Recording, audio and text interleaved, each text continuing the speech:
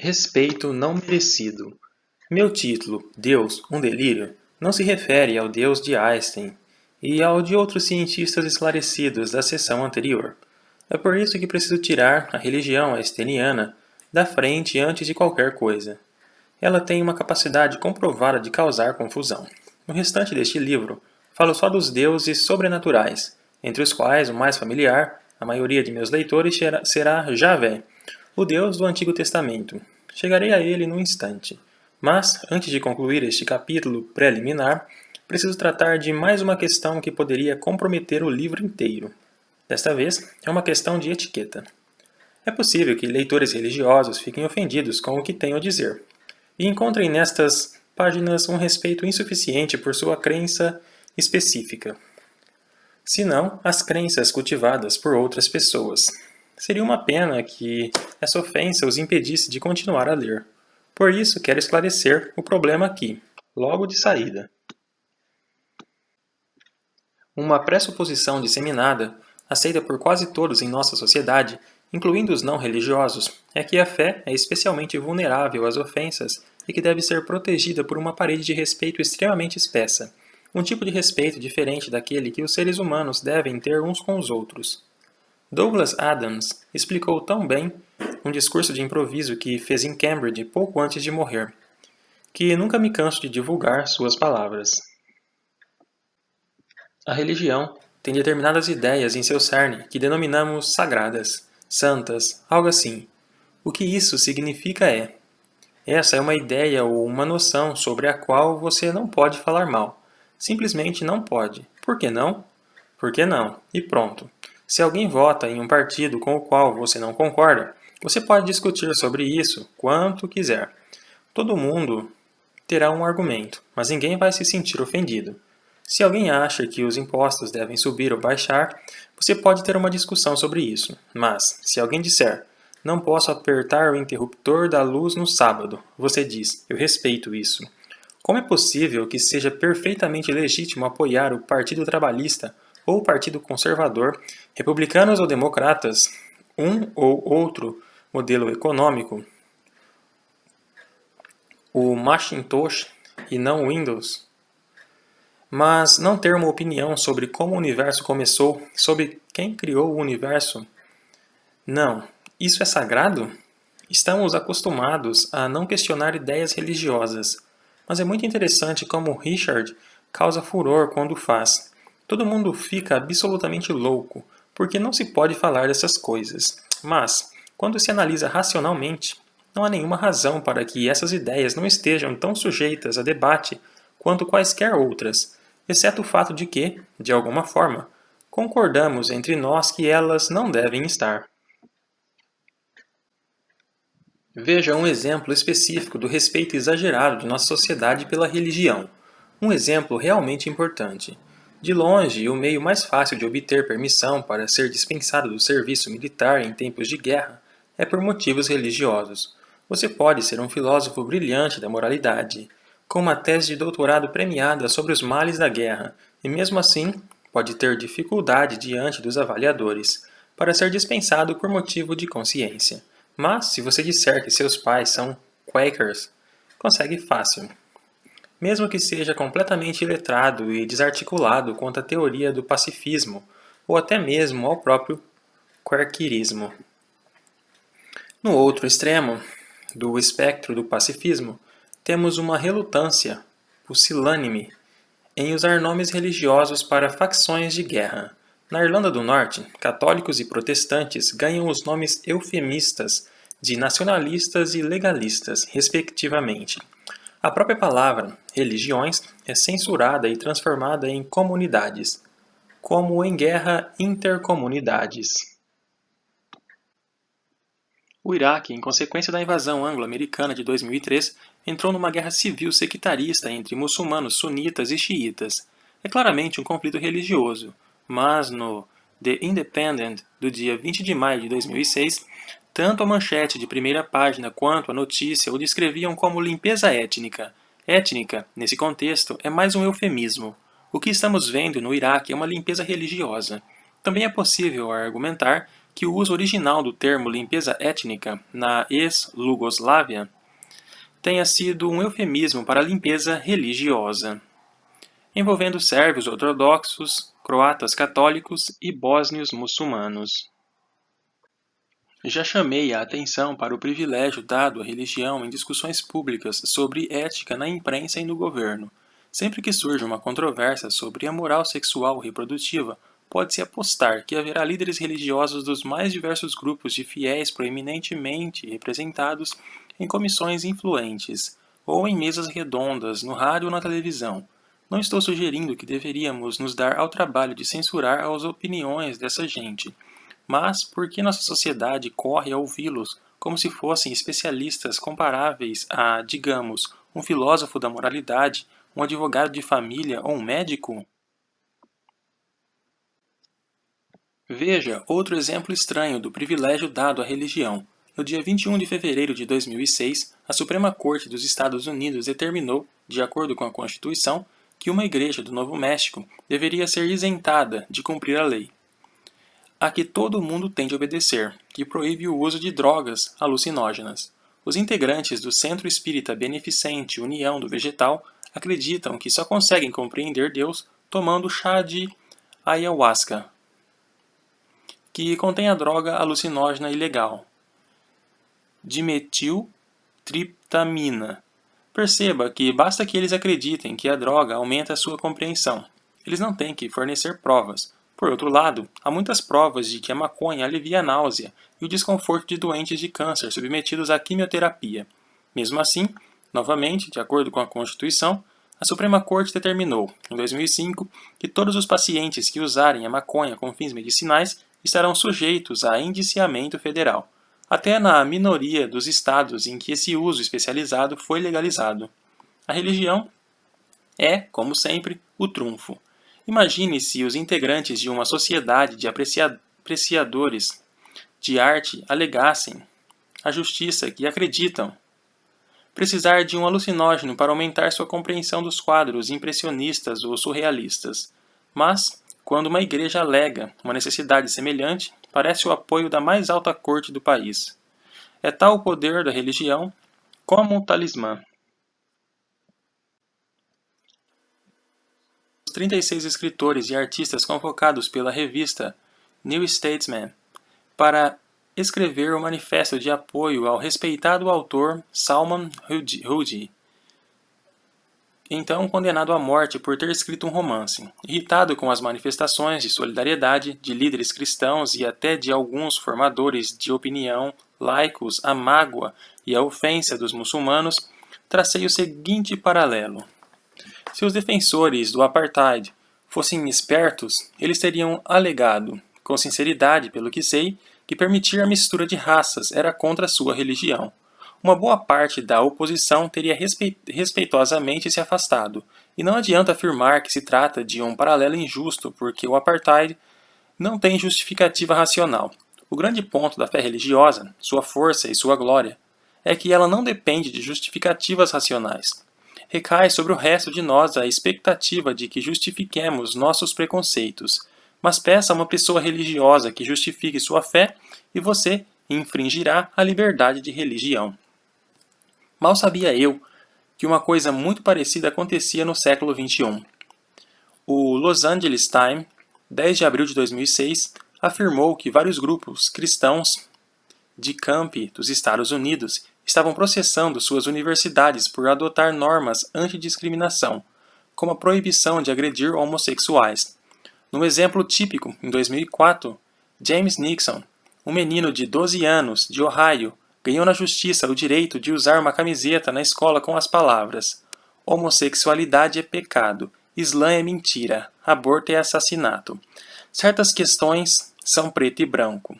A escola disse a ele que não usasse a camiseta, e os pais do menino processaram a escola. Os pais talvez tivessem um caso aceitável se houvessem se baseado na garantia de liberdade de expressão da primeira emenda, mas eles não tinham. Em vez disso, os advogados de Nixon argumentaram com o direito constitucional à liberdade de religião. A ação vitoriosa recebeu o apoio do Alliance Defense Fund do Arizona, cuja missão é pressionar por batalhas legais pela liberdade da religião. O reverendo Ricky Scarborough, apoiando a onda de ações cristãs semelhantes para estabelecer a religião como justificativa legal para a discriminação de homossexuais e outros grupos, declarou-a como a luta pelos direitos civis do século XXI. Os cristãos vão ter de se posicionar pelo direito de ser cristãos. Se essas pessoas se posicionassem em nome da liberdade de expressão, haveria relutância em apoiá-las. Mas não é isso que se trata. O direito de ser cristão parece, nesse caso, significar o direito de meter o bedelho na vida privada dos outros. O caso jurídico a favor da discriminação de homossexuais está sendo montado como uma reação contra uma suposta discriminação religiosa, e a lei parece respeitar a atitude. Não dá para se safar dizendo: se você tentar me impedir de insultar homossexuais, estará violando minha liberdade de preconceito. Mas dá para se safar dizendo: isso viola minha liberdade de religião. Qual é a diferença, pensando bem? A religião, mais uma vez, supera tudo. Encerro o capítulo com um estudo de caso especial, que escancara de forma iluminadora o respeito exagerado da sociedade pela religião, acima de todo o respeito humano comum. O caso pegou fogo em fevereiro de 2006. Um episódio ridículo que oscilou loucamente entre os extremos da comédia e da tragédia. Em setembro do ano anterior, o jornal dinamarquês Jyllands-Posten publicou 12 caricaturas do profeta Maomé. Ao longo dos 3 meses seguintes, a indignação foi sendo cuidadosa e sistematicamente alimentada no mundo islâmico por um pequeno grupo de muçulmanos que moram na Dinamarca, liderado por 2 imãs que haviam recebido guarida ali. No fim de 2005, esses exilados malévolos viajaram da Dinamarca para o Egito, carregando consigo um dossiê, que foi copiado e circulou em todo o mundo islâmico, incluindo, decisivamente, a Indonésia. O dossiê continha falsidades sobre supostos maus-tratos sofridos por muçulmanos na Dinamarca, e a mentira tendenciosa de que o Jyllands-Posten era um jornal estatal. Também continha as 12 caricaturas, às quais os imãs haviam acrescentado, de forma crucial, mais 3, cuja origem era misteriosa, mas que certamente não tinha nenhuma ligação com a Dinamarca. Ao contrário das 12 originais, essas 3 novas caricaturas eram genuinamente ofensivas, ou teriam sido se tivessem, como alegaram os zelosos propagandistas, retratado Maomé. Uma das 3 novas imagens, particularmente negativa, não era nem um desenho, e sim a reprodução por faques de uma foto de um homem barbado usando um nariz de porco falso, preso por um elástico. Depois foi revelado que era uma foto da Associated Press, de um francês que participava de um concurso de imitação de porcos numa feira rural da França. A foto não tinha a menor conexão com o profeta Maomé, nem com o Islã, nem com a Dinamarca. Mas os ativistas muçulmanos, em sua missão agitadora ao Cairo, insinuaram as 3 conexões, com resultados previsíveis. A mágoa e a ofensa, cuidadosamente cultivadas, explodiram 5 meses depois da publicação original das 12 caricaturas. Manifestantes no Paquistão e na Indonésia queimaram bandeiras dinamarquesas. Onde será que eles foram para arrumá-las? E exigências histéricas foram feitas para que o governo da Dinamarca pedisse desculpas. Desculpas pelo quê? Eles não desenharam as caricaturas nem as publicaram. Os dinamarqueses só vivem num país com liberdade de imprensa, uma coisa que muitos países islâmicos podem ter dificuldade de entender. Jamais na Noruega, na Alemanha, na França e até nos Estados Unidos, mas notavelmente não na Grã-Bretanha, republicaram as caricaturas num gesto de solidariedade ao Jyllands-Posten, o que pôs mais lenha na fogueira. Embaixadas e consulados foram depredados, produtos dinamarqueses foram boicotados, cidadãos dinamarqueses e até ocidentais, em geral, foram fisicamente ameaçados. Igrejas católicas no Paquistão, sem nenhum tipo de ligação com dinamarqueses ou europeus, foram incendiadas. 9 pessoas morreram quando manifestantes líbios atacaram e incendiaram o consulado italiano em Benghazi, como escreveu Germaine Greer. O que essa gente gosta mesmo e faz melhor é de pandemônio.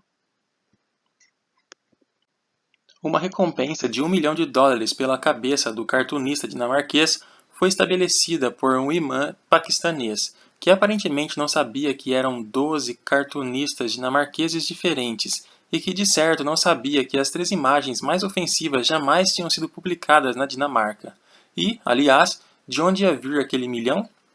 Na Nigéria, manifestantes muçulmanos que protestavam contra as caricaturas dinamarquesas queimaram várias igrejas católicas e usaram machados para atacar e matar cristãos nigerianos negros nas ruas.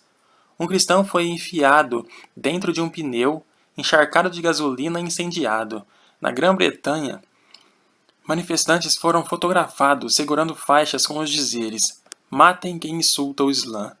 Assassinem quem ridiculariza o Islã. Europa, você vai pagar. A demolição está a caminho. E decapitem aqueles que insultam o Islã." Felizmente, nossos líderes políticos estavam a postos para nos lembrar que o Islã é uma religião de paz e compaixão. Nos desdobramentos que se seguiram a isso tudo, o jornalista Andrew Muller entrevistou o principal muçulmano moderado da Grã-Bretanha, Sir Iqbal Sakhrani. Ele pode ser moderado pelos padrões islâmicos atuais, mas, segundo o relato de Andrew Muller, ele ainda faz jus à declaração que deu quando Salman Rushdie foi condenado à morte por ter escrito um romance. Talvez a morte seja fácil demais para ele. Uma declaração que estabelece um contraste ignominicioso com seu corajoso antecessor, o muçulmano mais influente da Grã-Bretanha, o falecido Dr. Zaki Badawi, que ofereceu refúgio em sua própria casa a Salman Rushdie. Sakhrani disse a Muller quanto estava preocupado com as caricaturas dinamarquesas. Muller também estava preocupado, mas por um motivo diferente. Temo que a reação ridícula, desproporcional a alguns desenhos sem graça de um jornal escandinavo obscuro confirme que o Islã e o Ocidente são fundamentalmente irreconciliáveis. Sakhrani, por sua vez, elogiou os jornais britânicos por não terem reproduzido as caricaturas, e Muller respondeu, ecoando as suspeitas da maior parte do país de que a contenção dos jornais britânicos deveu-se menos à sensibilidade em relação ao descontentamento muçulmano e mais ao desejo de não ter suas janelas depredadas. Sakhrani explicou que a pessoa do profeta, que a paz esteja com ele, é profundamente reverenciada no mundo muçulmano com um amor e uma afeição que palavras não conseguem explicar. Vai além de seus pais, dos entes queridos, dos filhos. Isso faz parte da fé.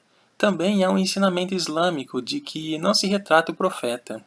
Isso pressupõe, como observou Muller, que os valores do Islã têm um trunfo sobre todos os outros, coisa que todo seguidor do Islã pressupõe, do mesmo modo como todo seguidor de toda religião acredita que o seu é o único caminho, a verdade e a luz. Se as pessoas querem amar um religioso do século XVII mais que as próprias famílias, problema delas, mas ninguém é obrigado a levar isso a sério. Exceto que, se você não levar isso a sério e não lhe destinar o respeito adequado, sofrerá ameaças físicas, numa escala que nenhuma outra religião aspirou desde a Idade Média.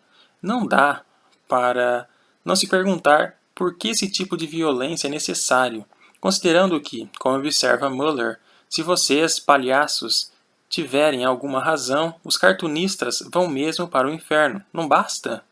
Enquanto isso, se vocês quiserem ficar mesmo abalados com afrontas a muçulmanos, leiam os relatórios da Anistia Internacional sobre a Síria e a Arábia Saudita.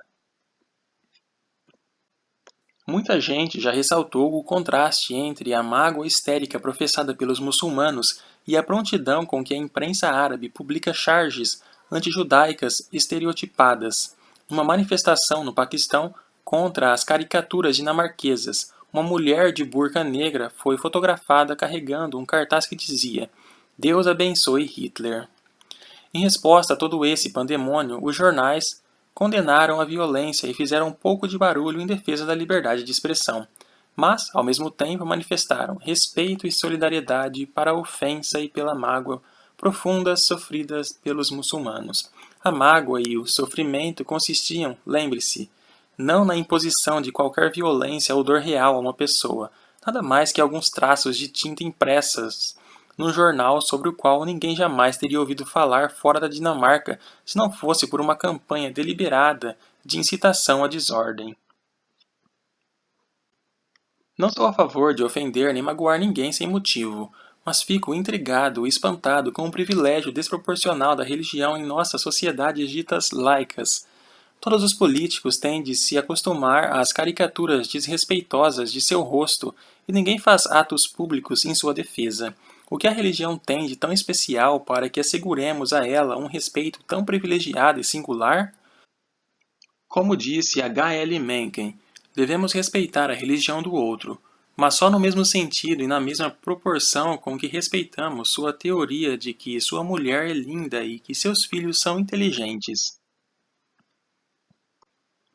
É sob a luz da pressuposição de respeito pela religião sem paralelos que faço meu aviso sobre este livro. Não farei ofensas gratuitas, mas tampouco usarei luvas de pelica para tratar da religião com mais delicadeza do que trataria qualquer outra coisa.